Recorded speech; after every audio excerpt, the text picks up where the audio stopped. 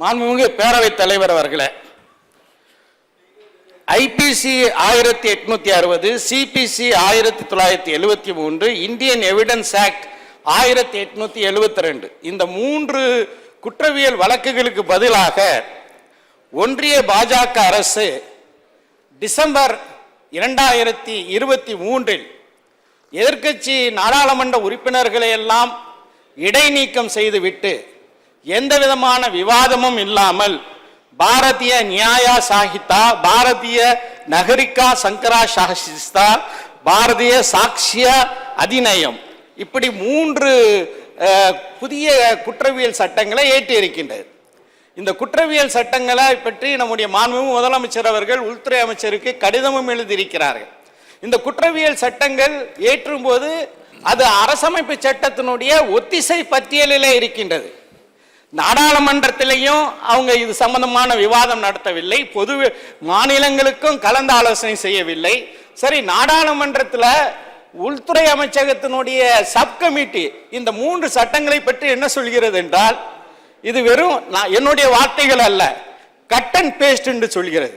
இந்த IBC, CrPC, Indian evidence ஆக்ட்லேருந்து அப்படியே எடுத்திருக்கிறார்கள். 80-85 விழுக்காடு அந்த பழைய சட்டம் தான். புதுசாக சேர்த்தது ஒரு 15 விழுக்காடு தான். அதுக்கு இந்த சட்டத்தை மாற்ற தேவையில்லை, சமஸ்கிருத பேரை மாற்ற தேவையில்லை, வெறுமனே அமெண்ட்மெண்ட் மட்டும் செஞ்சிருக்க முடியும். இந்த சட்டம், இந்த 3 சட்டங்கள் சாதாரண கீழ்நிலை காவலரிலிருந்து உயர்நீதிமன்ற, உச்ச நீதிமன்ற நீதிபதி வரை நீதியியல் பரிமாணத்தில் இருக்கக்கூடிய அனைவரும், வழக்கறிஞர்கள் என்று அனைவரையும் பாதிக்கக்கூடிய சட்டம். வெறும் 26 நாட்கள் தான். ஏன்னா தேர்தல் வந்து விட்டது, தேர்தல் நடத்தை விதிமுறை வந்து விட்டது.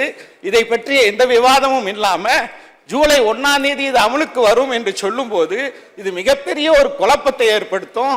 அது மட்டும் இல்ல, ஜூலை 1ஆம் தேதி முதல் 2 கிரிமினல் சட்டங்கள், ஐபிசி, சிஆர்பிசி, எவிடன்ஸ் ஆக்ட் இருக்கும். இந்த பிஎஸ்எஸ், பிஎன்எஸ் சொல்றாங்களா இந்த சமஸ்கிருதம், இதுவும் இருக்கும். ஒட்டுமொத்தமாக இந்திய நீதி பரிபாலனம் இதுல மிகப்பெரிய அளவில் பாதிக்கப்படும். எனவே இந்த சட்டத்தை மறுபரிசீலனை செய்ய முதலமைச்சர் அவர்கள். மாண்புமிகு பேரவைத் தலைவர் அவர்களே, மாண்புமிகு உறுப்பினர் பேராசிரியர் ஜவஹர்லால் அவர்கள் ஒரு கோரிக்கை எடுத்து வைத்தார்கள்.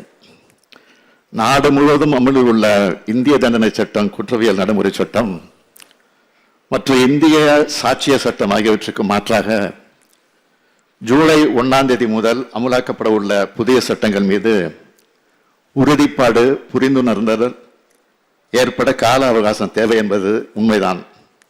இந்த சட்டங்கள் ஏற்றப்பட்ட போதே அவற்றை நாடாளுமன்றத்தில் திராவிட முன்னேற்ற கழகம் கடுமையாக எதிர்த்திருக்கிறது.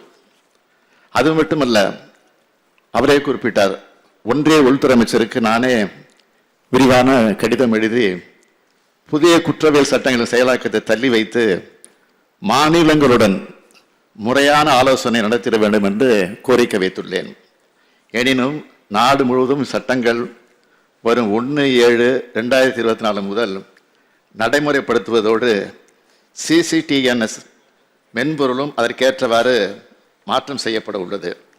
அதை மனதில் வைத்து இச்சட்டம் குறித்தும் அதன் அமலாக்க முறையாக மேற்கொள்ளப்படுவதை உறுதி செய்யவும் நீதித்துறை மற்றும் காவல்துறையினருக்கு உரிய விரிவான பயிற்சிகள் வழங்கப்பட்டு கொண்டிருக்கிறது. அவற்றை விரைந்து முடிக்க அறிவுரைகள் வழங்கப்பட்டுள்ளது என்பதையும் மாமன்ற உறுப்பினருக்கு தெரிவித்துக் கொள்கிறேன்.